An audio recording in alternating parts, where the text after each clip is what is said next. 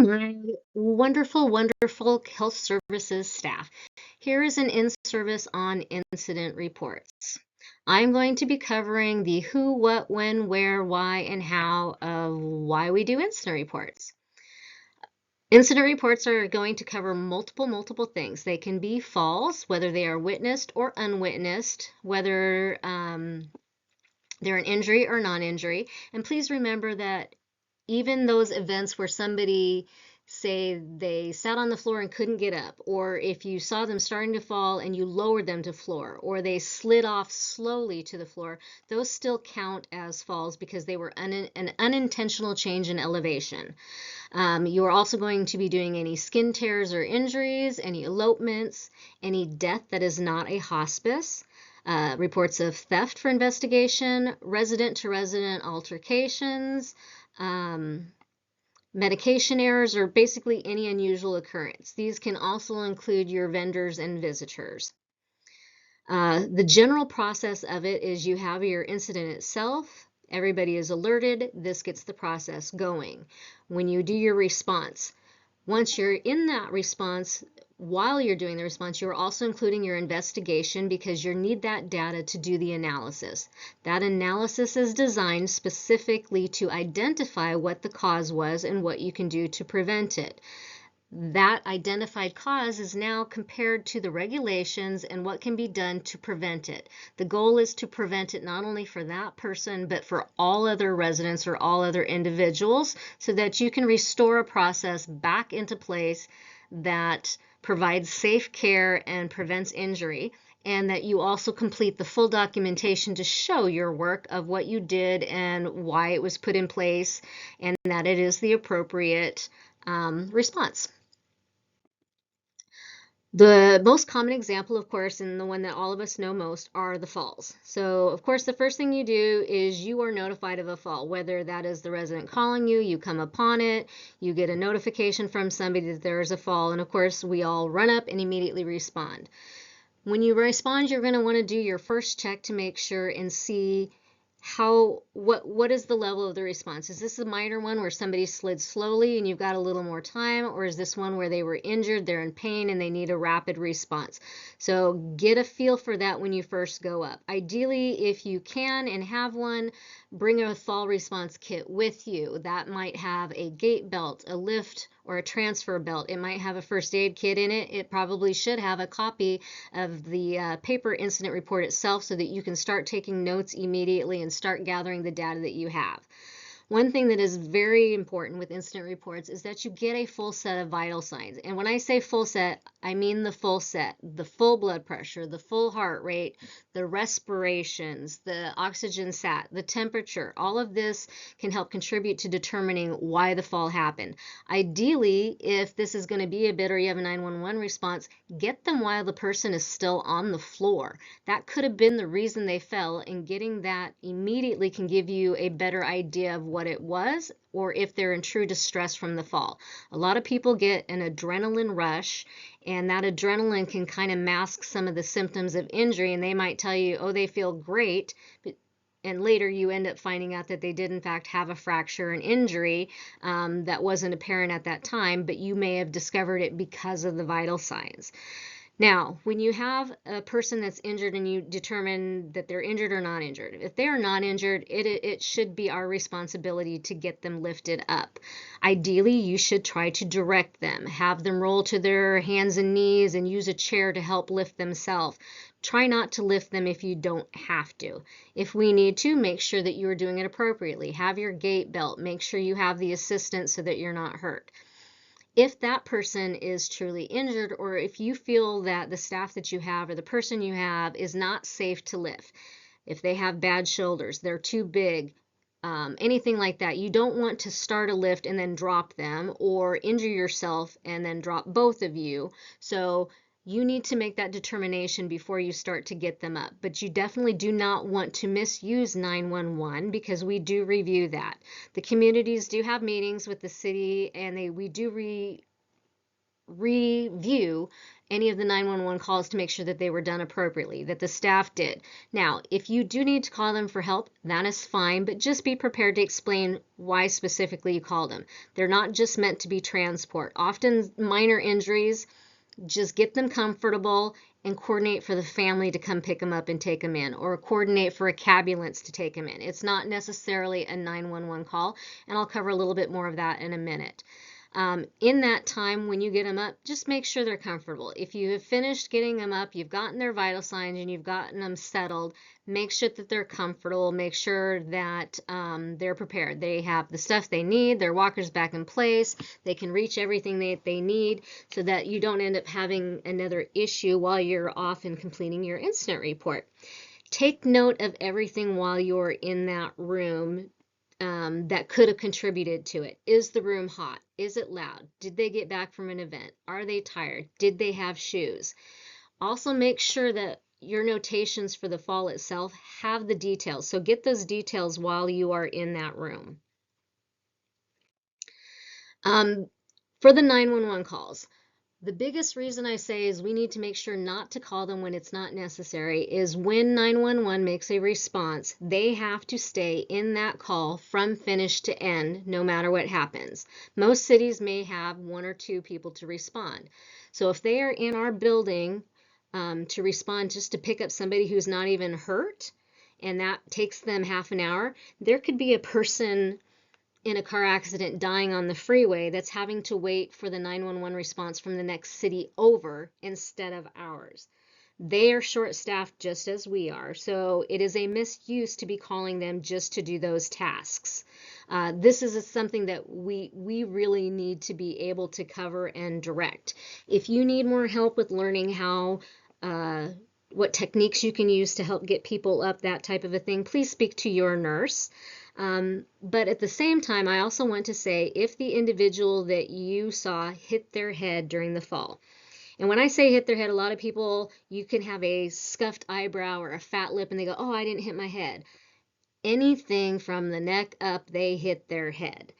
The head also does a ricochet movement, and as we age, there's a lot more loss of elasticity within the brain, and it's much easier to get an intracranial bleed, and you don't necessarily in the early stages have any ability to see that. They don't have the slur yet. They don't have any of the symptoms that you would see that are similar to a stroke that would indicate a bleed, and there's no way of knowing that until they actually do a scan. Now, you can have some neurochecks done, but that's not in the scope of your license, and even that still doesn't necessarily tell you early on, and it is possible to have it result in a death. So if a person has hit their head, it is best to recommend they go in. They still fully have the right to deny 911 and say they don't want to go in. If this is an after hours and you think they are truly hurt and your nurse is not in the building, have them checked. That doesn't mean they're going to have to go in, but at least they had a person appropriate to doing an assessment and in the scope of their license doing that assessment and saying whether or not they really should go in or not go in, and having a legal statement that they were suggested to or not suggested to, and if they did or did not decline. If you call 911, please make sure you have all the information they need. Have the resident's name, make sure you have the right room number, have their average age, and have a good description of why you're calling. The reason I say this is 911 also uses that call to determine who they are sending. If they're sending a single person with a small amount of stuff, or if they're sending a team of 7 with paramedics. If you tell them the person's heart has stopped or they're having trouble breathing, they're going to send a very different team than they're going to send if you say somebody's on the floor, just says they don't feel great. This makes a big difference with how they manage their staff and who they send as well, and that they know how best to respond in the best way and bring the right stuff. It is also best, if possible, to have a phone with you and be next to the resident, because they might have some questions that they want to ask directly to the person if possible. So whenever possible, have the phone with you when you make the call. So now that you're going to start the report, in our assisted livings, there is a time frame. the first phase of it has to be started within the 24 hours of the event of becoming aware of it. The investigation then starts with that process, and it has to be finished within a certain time frame. So it's very critical that the timestamps that go on this information are appropriate. We generally have you start with the paper version just to kind of gather all your data. It's a good way to make sure you keep your time straight, your numbers straight. In some buildings, it's a white paper. In some buildings, it is a green paper. And in some buildings, the nurse might ask you to do the first portion of the post-fall assessment. Here in Bellatini, I do like to have the first responder to fill out that very first page of the post-fall, which are the yes/no questions, because unfortunately many of our residents that have a little bit of dementia can't necessarily answer whether they had their walker near them, what they were wearing shoes, because by the time the nurse gets to them, you know, on that Monday morning, if the fall happened Friday, that resident may not necessarily remember it, and that is used to help determine a plan. So the person responding, like I said, when you're in that room and responding, taking a look around at what you see, those are these yes/no questions. Please feel free to write all over this one, because this paper you can turn into your nurse, and she can then use it to, or he can then use it to fill out their post form that they enter directly into the computer and help develop the plan. In that investigation, you want to make sure you are truly including everything: the who, the what, the where, the why, the when. So, was it the resident? Was it a vendor? What happened? Did they fall? Did they get the skin tear? Did they get what? When it says where, don't just say bedroom, don't say bathroom. If you can give a description, please give a description. It was next to the bed, or it was partway between the bed and the bathroom, or next to the toilet, partway in the shower. Be as descriptive as you possibly can, because that helps to determine the best way to prevent it. In the why, was the floor wet? Were the lights low? Was the person tired? Did they just get a med? Was their care not finished? Try and include the last time you saw that person for care, and was it on time? Did this person fall because they tried to go to the bathroom because their toileting schedule didn't get finished? Include the when. Make sure you get the right time. This is another reason I say it's a good idea to have that paper with you, because when you walk in a room, you don't necessarily keep track of how much time has passed when you're in there, and you might have a 15-20 minute variance because you come out of the room, go sit down to write it, and then you can't remember how long it's been since you left the room. So it really can be helpful. And the how are just some of the little more details. So some of this can say, did the resident slide off the side of their bed but then crawl into the next room to reach their phone or something else? That can make a big difference in saying, okay, their injury might be that they bumped their bottom, but it doesn't explain why they have carpet burns on their knee. So try and give as many of those details as you can truly give for that investigation. So you want to make sure that you're saying, are they reporting it to you? Did somebody else report it to you? Did you find them? Don't just say a resident fell. Give all of the circumstances itself. Describe it as much as you can. If you see injuries, please describe those injuries. There was a small amount of blood. There was a fair amount of blood. If you can give an idea, was it a carpet burn? Was it a cut? Was it a bump? Was it a bump with color, without color? What size was it? If you don't know the measurements, then give an estimate. Maybe it's the size of a quarter. Maybe it's the size, just estimate. Is it roughly 2 inches? You don't have to be precise, but it is helpful to give an idea of what it was when you very, very first saw it. If you went in and you saw a bump on their nose, but it broke their glasses, well, you now know which part of their face they hit, but that bruising might not be showing yet. Give any details. Is the walker next to them, but it was knocked over? Is a chair tipped over?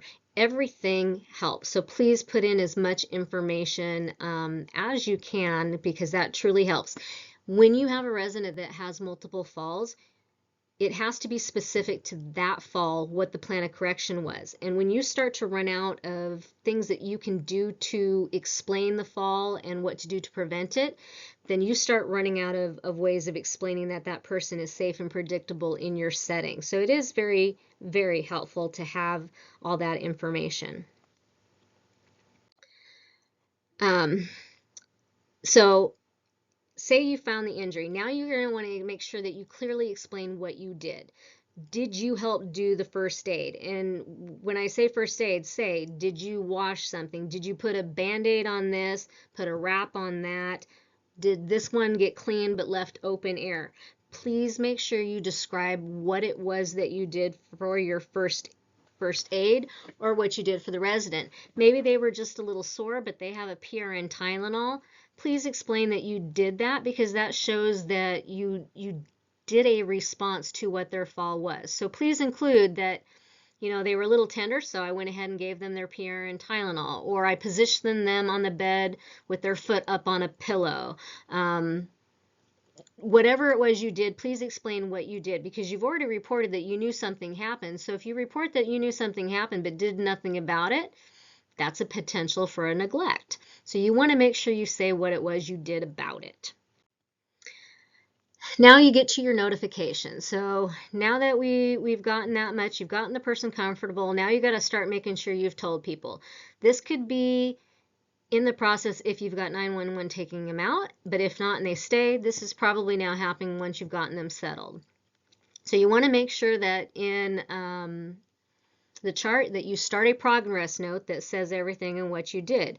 Make sure you notify the family or the responsible party immediately. Share them as fast as possible. If the person goes out 911, you should hopefully have gotten that phone call to them before the hospital does, because they may want to be there with the person. They may want to go along. They might also be helpful in convincing a person. If you have somebody that you think is truly injured and should be evaluated, but they're saying, no, I feel great, I want to stay here, that's a great time to have family member help convince them to go. Make sure that you send a fax to the doctor to notify the doctor that it happened. Make sure immediately to notify your health services director. This one you're going to want to do, however, the preferred method is for your director. If it's during the day, obviously, if they're in the building, just give them a call. If they're not in the building, it might depend on what time of day, whether they want a phone call or a different message. Be careful to limit what you have in your messages. Do not text personal information. Your phone does not have the ability to have the firewalls. So you should be, if you're going to share any information, making sure that you are phoning your nurse.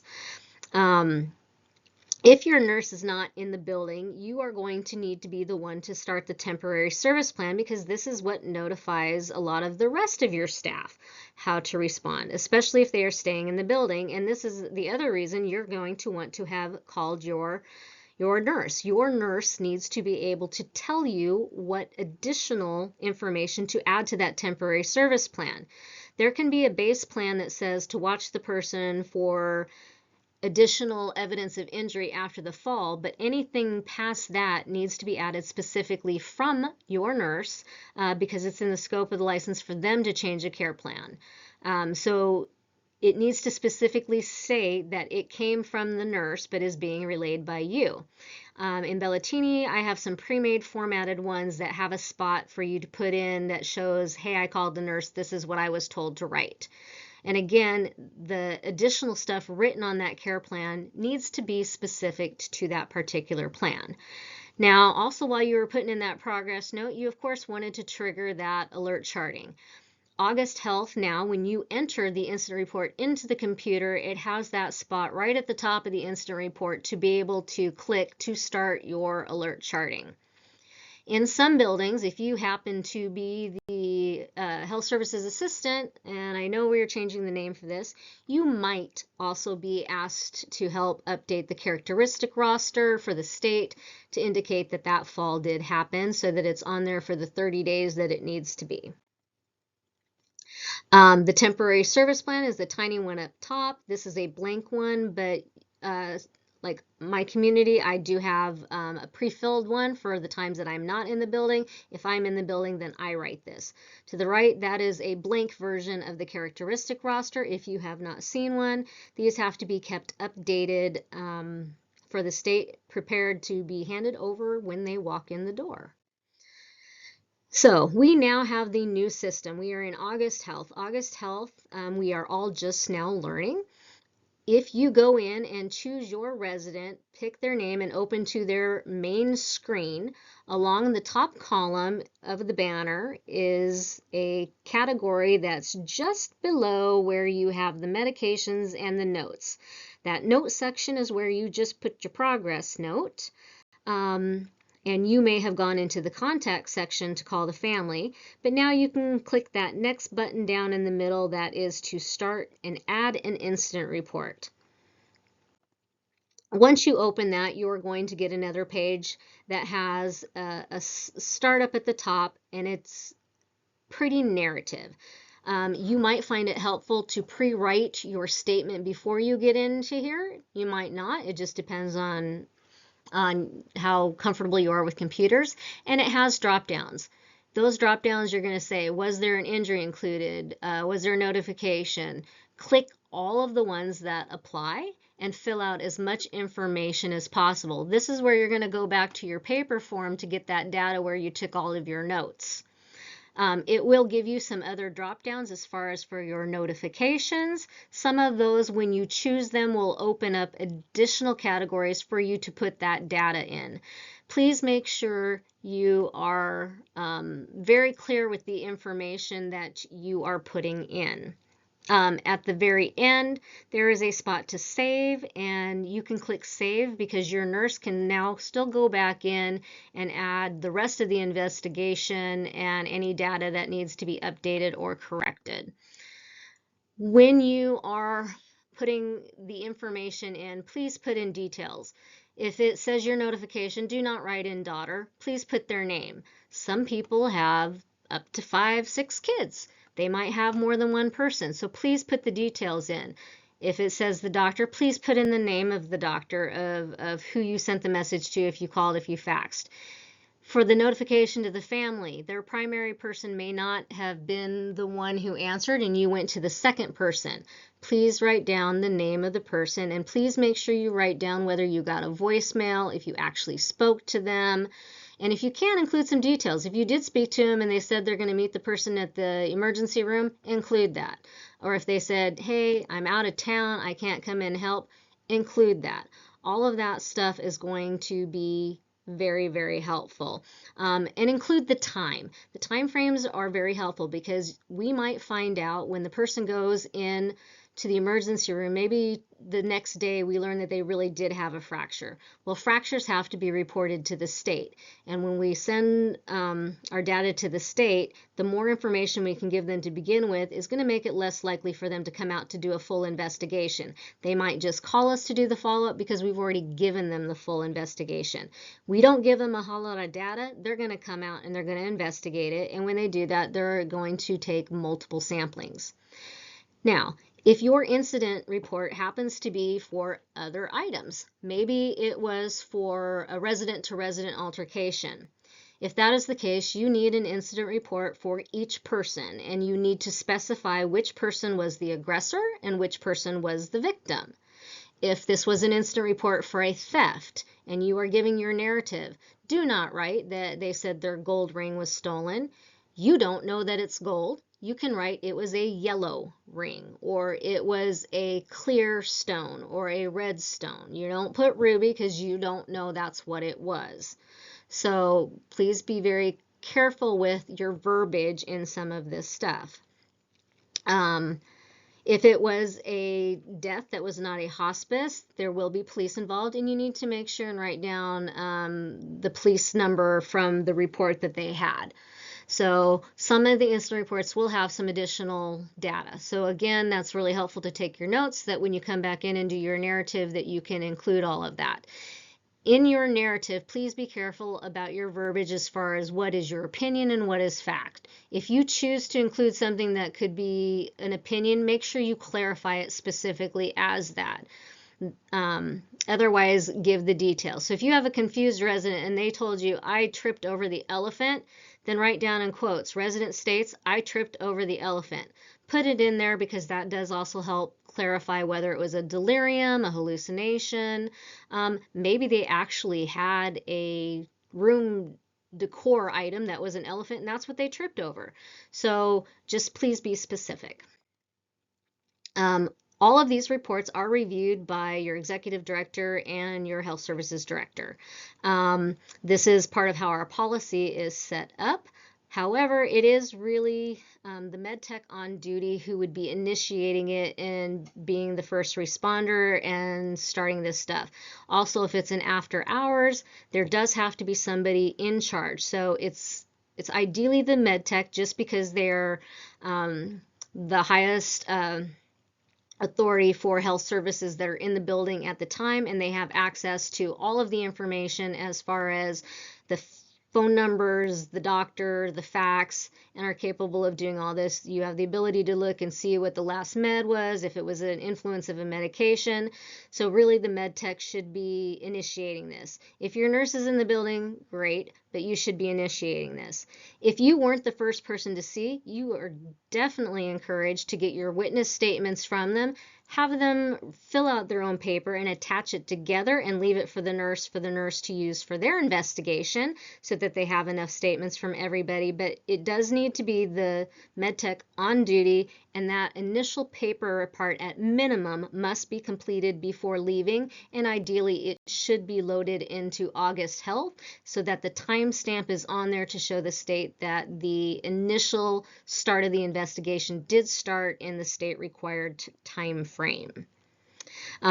Once the nurse has a chance to review, a lot of that other stuff can then be merged, but that original timestamp is pretty important.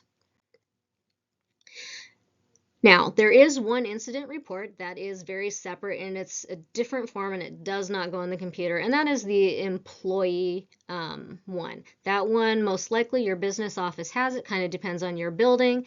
This is an example of what it looks like. It does say workers' compensation process, and it has all the instructions on it. There are multiple pages to it. If you have any questions about that one, you can speak to your ED, your DHS, or your business office manager. They can direct you as far as where to go for any follow-up that is needed. The biggest reason for this, of course, there are a ton of whacks that go along with incident reports. But of course, all of us know the biggest thing is the legality of it. You don't want to have any legal issues with your incidences that happen, but it also helps improve the safety because these are reviewed with your QAPI meetings. These help determine better methods of doing things so that you don't have the same issues. And if you have fewer issues in your building, it makes your building more competitive. Those incident report rates can affect the liability insurance for the building. They can affect the building's status standing, the branding of the building. If you have fewer incidences, it can give you the better ratings, like you see those ratings going into the door: best in the Northwest, bronze rating, silver rating, gold rating. All of these things make a difference with what promotes your building, gives you more staff, gives you more residents. The workload just gets easier. So doing the work now, it's that same adage of an ounce of prevention is worth a pound of cure. So these are effective for making differences towards that with your branding, but really a lot of it also is just your liability. We live in a very litigious world, and a lot of people want to find easy ways to cover themselves. So even if your building is cleared, there's always that random person that could want to come after you personally just because getting a little bit of money is better than getting no money. So you really want to make sure all your paperwork is there to show that you did your due diligence. You followed the regulations, you followed the policy, you did what you were meant to do, and that is what is going to keep you safe in doing what we do and having wonderful inspections and happy residents and better fall prevention. So hopefully this answers all of your questions for how to do an incident report. If you have any questions, please speak to your ED or HSD. And happy incident report completion. And please take pride in the work you do because it shows. Thank you.